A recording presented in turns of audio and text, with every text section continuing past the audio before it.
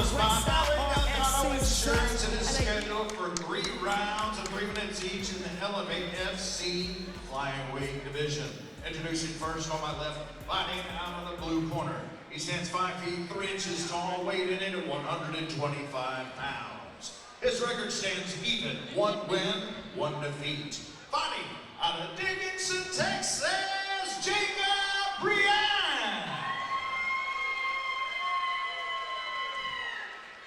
And across the cage on my right, fighting out of the red corner. He stands 5 feet 4 inches tall, official weight 125 pounds. His record is unblemished, 1 win, no defeats. Fighting out of Livingston, Louisiana, by way of Houston, Texas, Kelley. Referee in charge of the action, Danielle Guevara.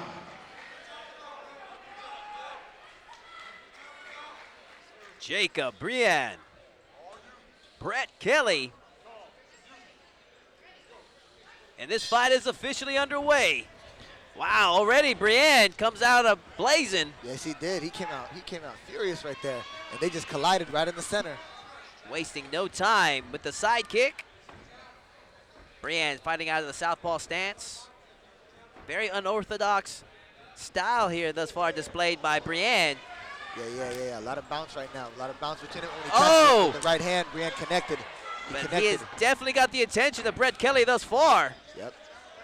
After that connection, though, Kelley had to go ahead and close the distance, clinch him up for a little bit right now. Ooh, working some knees now to the belly. He's got the cage control, trying to clear out some of the cobwebs, but he's looking like he's back in it again. Kelley coming with the clinch. Landing some vicious body knees. See, he's about to take down Briand to the ground. Looking for that body lock trip.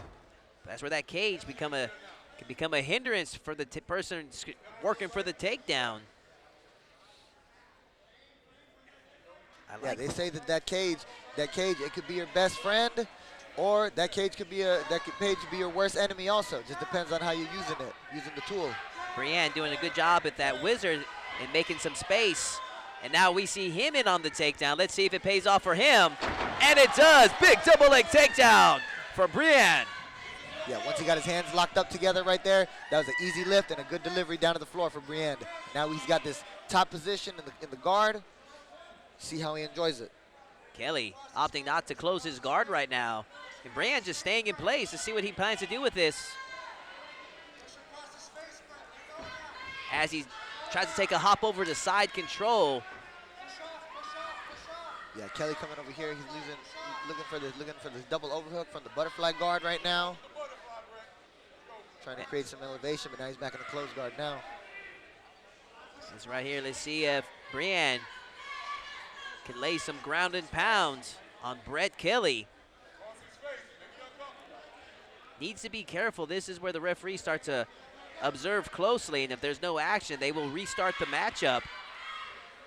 That's why you got to be consistently active if you're in that closed guard position. Some referees will let you sit there longer than others. Yeah, for me personally, in my own opinion, you know, I've always been a fan of just letting the fight play out how it plays out. You know what I'm saying? With minimal referee interruptions. You know what I'm saying? If they're in the position, and even if it's slow a little bit, you know, I always felt like it was the duty of the fighter to get out of the position if you don't like it.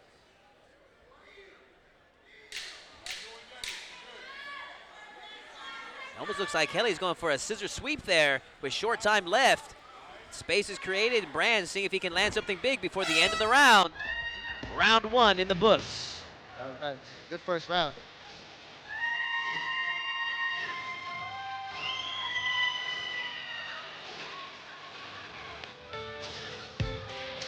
To start that round off, Briand starts off very unorthodox, landed some big shots that got the attention of Kelley. Kelley came back with his own solid shots to the body with his knee.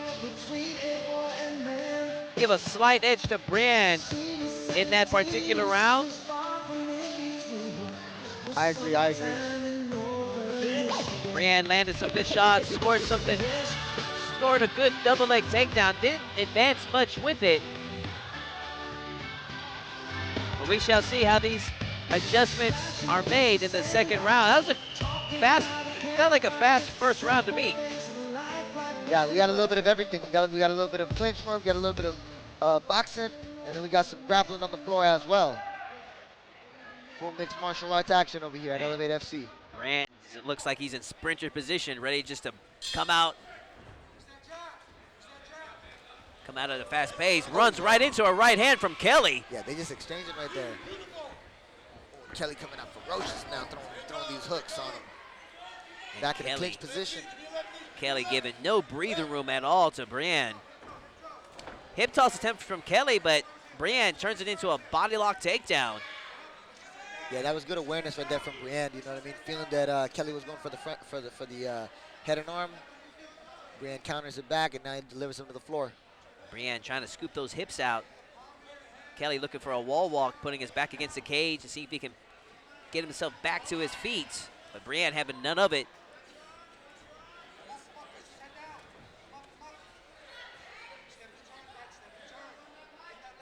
Kelley working hard for the high single, transitioning to the double leg. Can he put him back on the floor? And he does, but he's in an arm-in guillotine. That one looks pretty deep there, Rick. Oh my goodness!